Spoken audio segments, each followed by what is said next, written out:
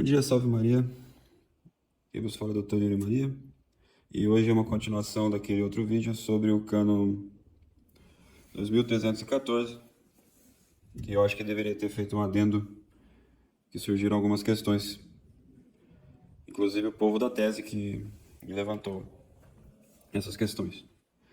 Então, continuando, eu ia fazer um artigo, mas achei esse jeito mais rápido. Então, peço desculpas se a minha letra é ruim e tal, mas é o que deu para hoje. Vamos lá, excomunhão e abjuração. A bibliografia que eu vou usar aqui é The Delicta of Heresy, do reverendo Mackenzie, Excommunication, do reverendo Highland, The Juridical States of Heretics and Schismatics in Good Faith, do reverendo Cornell, The Reception of Converts, do reverendo Goodwine, De Censures, do reverendo Capello, e The Ecclesia de São Roberto Bellarmino. São essas aí a bibliografia que eu irei utilizar. São autores, todos eles teólogos autorizados, canonistas autorizados. O reverendo Capello também, e é um dos que a gente mais usa, inclusive no totalismo. E São Roberto Bellarmino, como sempre, que é o nosso grande santo aí das controvérsias. E o propósito é responder sobre a necessidade da abjuração e responder sobre a necessidade de uma sentença declaratória, que muitos vieram aí contra-argumentar. Então, só para uma recapitulada, o cânon 2314, que diz ali todos os hereges, cismáticos e apóstolos incorrem em excomunhão ipso facto, né, no ato de sentença. E se deram uma seita, um nome, ou participaram publicamente, também recebem infâmia, e essa infâmia a gente viu no outro vídeo, que é a infâmia de direito. Então, é ato de sentença ipso facto. Então, a partir do momento que ele fez aquele crime, cometeu, naquele mesmo momento ele já recebe a censura, a pena da sentença, né? Que é a excomunhão e a infâmia de direito. Então, mas qual tipo de excomungado? A gente tem que se atentar a isso. Existem vários tipos de excomunhão e de excomungados. Então, ninguém excomungado evitando, é aquele que é o excomunhão maior, né? Aquela pessoa que, se ela estiver dentro da missa, você tem que ir obrigado a parar a missa, você tem que sair de dali, senão você comete sacrilégio e tudo mais. Então, ninguém evitando, se não foi julgado ou declarado pela Santa Sé. Isso aí é o cânone 2258. É claro que tem umas exceções. O próprio cânone diz que, por exemplo, alguns cânones, se você cometer, você já é evitando automaticamente. Como, por exemplo, você vai dar um tapa no Papa ou agride fisicamente o sumo pontífice, você já é evitando.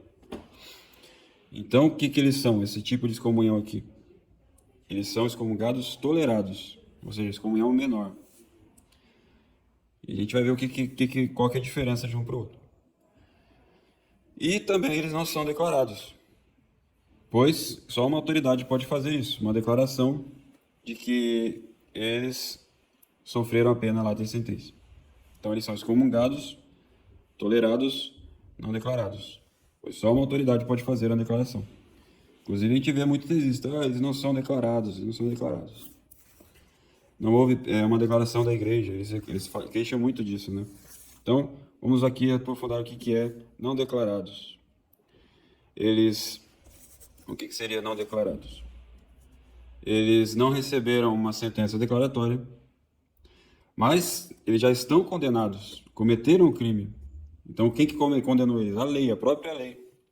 Porque sentença declaratória não é diferente da sentença condenatória. A sentença condenatória, ferende sentença, que precisa então do julgamento para a pessoa realmente incorrer naquelas penas que estão ali no cânon em questão. Já as penas que são lata e sentença, a própria lei já aplica. A pessoa é culpada até que se alguém quiser provar o contrário. Está tudo contra ela. Então a sentença declaratória não é sentença condenatória. A sentença declaratória serve também para o bem da igreja. Às vezes o juiz tem que ali declarar para a igreja, para outras pessoas em outros lugares saberem também, olha, aquela pessoa ali foi declarada um excomungado e tal. Então existe 4 tipos de excomunhões. Tem o excomungado vitando, tem o excomungado tolerado tem o excomungado vitando, tem o excomungado vitando, desculpa, excomungado tolerado não declarado e tem o declarado. E o próprio Código de Direito Canônico dá essas noções pra gente. Mas todos eles são excomungados. Isso que você precisa saber, são excomungados. O cânone 2232. Esse cânone aqui é interessante porque ele foi usado até pela Fraternidade São Pio X para tentar refutar o sede-vacatismo, que lá diz, antes da sentença declaratória, estão desculpados de observar a pena, se tem risco de infâmia, e ninguém pode exigir que observe no foro externo, a não ser que seja um crime notório. Então, como eles falaram, eles não foram declarados, então eles não precisam observar as penas que estão impostas. Ou seja, qual que é a pena? A pena é a excomunhão e a infâmia de direito. Então, eles não precisam fazer também a abjuração e nada disso. Mas veja bem, aqui que tem uma... E o que é foro interno e externo? Ou seja, o foro externo é o que a igreja julga. O foro interno é a consciência da pessoa. Foro interno, só quem julga é Deus, a própria pessoa, e na hora da confissão, né? Então, esses aí, o foro interno. A igreja se mantém no foro externo. Uma vez que você fez um crime no foro externo, o foro interno também se cometeu. Ali, a própria lei. Eles cometeram um crime. A pessoa tem consciência que cometeu um crime. Ou não é um crime você ir para uma seita católica. Uma seita anglicana, por exemplo. Ou uma seita da cismática brasileira. Se não é crime isso daí. Isso aí foi um crime, a pessoa tem consciência disso. No foro interno dela já está aí. Pelo foro externo também. Aí é que tá. A questão aqui é que ela se tem risco de infâmia. Uma vez que a pessoa já foi para aquela seita publicamente, ela já está com infâmia. Ou alguém aí vai falar que ela não está com infâmia. Ela não está infamada. Você pegou o teu catecismo, você leu que o herege, cismáticos, leu tudo sobre isso. Então a pessoa vai lá, publicamente está lá naquela seita. Então a pessoa está com boa fama diante dos católicos? Claro que não, está com infâmia. Então ela já não tem esse risco. Então ela já tem que observar esse cânone aqui não serve para ela. E aqui também, não seja notório. Então a gente não pode exigir se não for externo, a não ser que seja notório o crime. Mas foi notório o crime e foi público, né? Então tem que se exigir que ela observe a pena lá ter sentença no foro externo, que é a excomunhão e a infâmia. A infâmia é de direito, tem a infâmia de fato e de direito, que a gente vai ver depois. Então, o delito pode ser público, quando ele é público, quando ele é fácil de se provar, fácil de você querer divulgar, conhecido por uma comunidade. Tem um delito que é notório de lei, ou seja, aquele que realmente foi sentenciado, declarado pela igreja, por um juiz. Tem aquele que é notório de fato, esse daí é publicamente conhecido e impossível de se ocultar. Impossível de se ocultar. Tem muitas provas, tem tudo, é muito difícil, é impossível de falar que ele não cometeu aquele crime publicamente. E o oculto pode ser material, quando o crime é oculto, ou seja, só a pessoa sabe, né? Ou só a pessoa e mais 2, 3 sabem. E essas pessoas estão lá no outro país, então é materialmente oculto. E formal é que as provas dele são ocultas, ou seja, a pessoa não tem como a gente falar desse crime porque as provas dele estão ocultadas. Isso na realidade. Então, quem apostatou e tornou-se herege publicamente incorre na infâmia de fato. Isso aqui já está, inclusive, em toda essa bibliografia aqui, você vai ver isso daí. A pessoa foi lá, apostatou e tornou-se herege publicamente, ela já tem a infâmia de fato. Ela já está com infâmia. Não é a infâmia de lei. Isso aqui é a infâmia de lei que é imposta pela lei, pelo cânone 2314. É uma censura. Ela tem já a infâmia de fato. Ela já está infame, é óbvio, né? É coisa óbvia, claro, qualquer pessoa que vai para uma seita, a católica, publicamente, e filma, tira foto e faz tudo lá. Vai ficar com boa fama. É uma coisa tão óbvia que eu fico impressionado. Que é uma pessoa, as pessoas ainda acham que essa pessoa, como é que essa pessoa ainda tem a fama dela, como essa pessoa não se interessa pela fama dela diante dos católicos. Então vamos agora para ver se a censura prende o culpado. Então, lá no capítulo número 44, como a censura prende o culpado? As censuras são essas aqui: excomunhão e infâmia de direito. E todas as bibliografias também você vai encontrar a mesma coisa. Então, prende no foro interno e externo a censura. E nem sempre deve observar o infrator no foro externo. Ou seja, se você cometeu isso, só você sabe isso, você não precisa observar a excomunhão nem a infâmia de lei. Porque isso daí, se ninguém sabe, é claro, se ninguém sabe, aí você corre o risco de você ganhar uma infâmia das pessoas, né? E pro bem da igreja, pro bem dos fiéis, é melhor que ninguém saiba, entendeu? Exceto, aqui o Capelo fala muito bem, exceto quando, o Capelo até cita esse cano que foi usado pela fraternidade, exceto quando quando tem uma sentença declaratória. Essas são as questões. Quando tem exceção? Quando tem uma sentença declaratória, a pessoa é obrigada a observar no foro externo. Outro caso, quando for uma infração notória. Então, aquelas pessoas que têm foto, vídeo, tudo ali, tem uma comunidade inteira, sabe? Que ela participou ali, que ela foi padre ali. Imagina, vamos supor, a pessoa tá lá, ainda tem essa para piorar, né? A pessoa foi do Novo Zordo, padre, não sei quanto tempo, e aí ele vai para uma igreja cismática. É uma coisa de catecismo básico, até o Novo Zordo. Para eles fazerem comentários, eles sabem que aquelas seitas ali não são católicas, né? Então eles vão e fazem o que? Então, já sabe que ali não é uma outra igreja.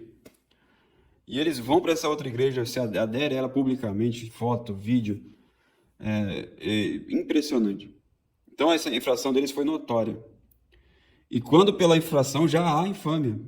Então foi público também. Então já há infâmia, de fato, a pessoa já está infame. Se tem ali, muito fácil provar que a pessoa foi daquela seita ali. Então já está notória. Então, como foi um crime público e notório, este cânone aqui, que permite as pessoas não precisam observar a sentença, o foro externo, não vale mais. Eles têm que observar a censura antes da sentença declaratória. Antes da sentença declaratória. Então, qual que é a censura? Excomunhão ipso facto, infâmia de direito. E de fato, se eles deram publicamente, ali fizeram publicamente algo nessa seita, necessidade de livrar no foro externo essa censura com a abjuração formal. Isso é necessário. Não precisamos da sentença declaratória para hereges públicos e notórios, hereges cismáticos e apóstatas. Não precisamos. Continuando. Cânone 2200. Quando quebrada a lei, a presunção do foro externo. Cânone 2242. Primeiros. Só incorre em censura se o delito foi grave um delito, não foi? Ir para uma seita católica. Foi externo? Foi externo. Foi consumado? Foi consumado. E quanto mais. Ou, aí que tem um detalhe, ou quem a ignore. Quem ignore. Para incorrer, agora que ele vai falar agora exclusivamente da censura lata e sentença, que é uma censura mais dura da lei, do Código de Direito Canônico, que aquela pessoa comete, basta ter quebrado a lei ou preceito, anexo à pena, lata e sentença. Então, a pessoa é batizada validamente. Estamos falando aqui de uma pessoa que foi batizada validamente. É um adulto, tem mais de 14 anos. Saiu, porque quem tem menos de 14 anos não incorre em censuras. E até mais, quem tem até os 7 anos tem a idade da razão. Vocês estão lá na igreja cismática, na igreja, sei lá, dos protestantes, foram batizados validamente. Essas crianças até os 7 anos, elas são membros vivos do corpo de Cristo. Até os 7 anos. Saiu da Santa Igreja Católica, ou nasceu na seita, participou dela publicamente ou com notoriedade, essas pessoas são excomungados, tolerados, não declarados, obrigados a observar as censuras do cânone 2314. Isso canonicamente. Porque moralmente esses também são hereges, cismáticos e apóstatas. Públicos.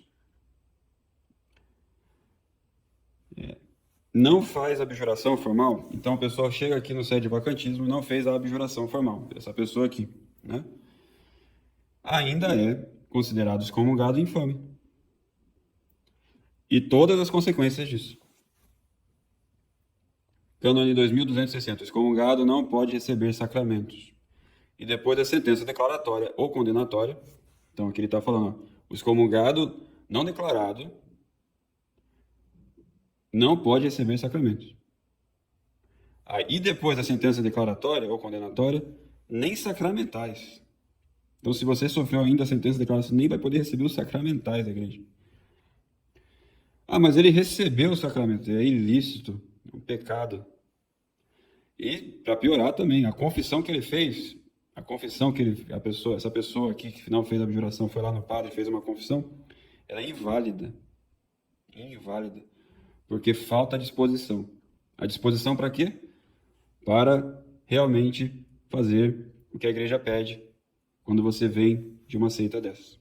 Ou você é um batizado e recai. Alguém que era da igreja e foi para esse cismático, você apostatou, né? Falta de disposição. Qual a disposição? De querer se corrigir, de querer recuperar sua fama diante dos católicos. Cânone 2265. Todo excomungado não pode receber as ordens. Tem um cânone exclusivo para isso, olha que maravilha. E aqui é todo excomungado, tá?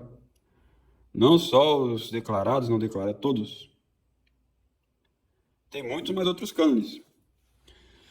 Porque as pessoas... E tem que ter um detalhe, porque tem cânones que falam, não, mas o padre que foi excomungado, mas tem essas pessoas que foram leigos antes de ser padre, eles foram excomungados antes, eles não são o clero válido, lícito, que aí foi para outra seita. Isso aí é outro caso, é um pouco mais grave. É uma outra história que a gente vai, um dia, talvez, se puder, tiver tempo, a gente pode até continuar. Mas aqui é dos leigos que, por exemplo, saíram do anglicanismo, saíram da ECAB, vieram para o sede de vacantismo e foram receber as ordens. Os leigos que estavam lá excomungados e tudo mais. É diferente. Tem um requisito aqui. Eles já são ilícitos e proibidos de fazer a ordem. Cada vez que eles fazem, estão ali fazendo um ato sacrílego.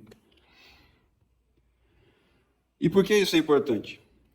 Porque a gente viu ali São Roberto Bellarmino, você vai ver estudar isso aqui. Isso aqui é uma coisa que você tem que saber. Fazem parte da igreja os bons e maus católicos.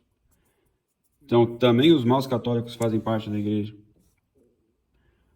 Também os hereges, cismáticos, apóstolos, excomungados, ocultos fazem parte da igreja. São membros mortos, é claro. Mas esses aí fazem parte da igreja. E o que você vai ver? Às vezes tem gente que vem da fraternidade, vem para o sede de vacantismo e vê maus católicos, se escandaliza. Mas aqui não é uma igreja só de santos, de bons. Não existe isso. Uma igreja só de bons católicos não é igreja católica. A igreja é feita de bons e maus católicos, de hereges, cismáticos, apóstolos, excomungados, ocultos. Isso é igreja militante. Já aqueles que são públicos e notórios não fazem parte da igreja.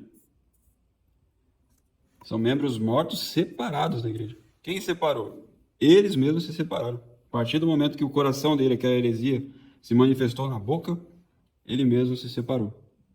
Ele mesmo se cortou, ele mesmo não pode mais ligar e nem desligar ninguém. Isso está lá em São Roberto Bellarmino. E o que São Roberto Bellarmino condiz com o Código de Direito Canônico também, e todos os canonistas ali também. E também é importante porque, se não fez a abjuração e se não renunciou aos seus erros, como vamos saber se essa pessoa se arrependeu? Como é que você sabe? Algum bispo, algum padre vai revelar a confissão privada da pessoa? Algum bispo vai fazer isso? Um padre, confessei ele, vou contar aqui a confissão dele. Por isso que faz publicamente, para os católicos ficarem tranquilos, e ele tem que renegar aquela seita, os erros daquela seita. Normalmente, no estado normal, a pessoa tinha que denunciar quem fazia parte daquela seita, os clérigos todos, como que ela funciona, onde que ela está, quais são os planos, isso tudo para a Sagrada Congregação, quando a pessoa vinha assim, né?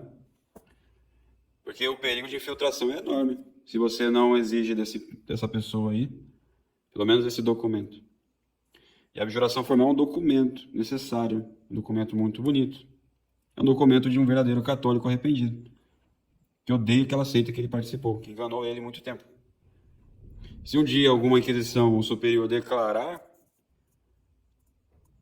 com que desculpa ele vai ter? Que desculpa ele vai ter? Né? Ele ainda está com a pena lá. Vai sofrer, porque não tem esse documento, que é público. Porque todo clero tradicional também exige a abjuração dos fiéis. Lá em Santa Gertrudes, todo mundo exige abjuração.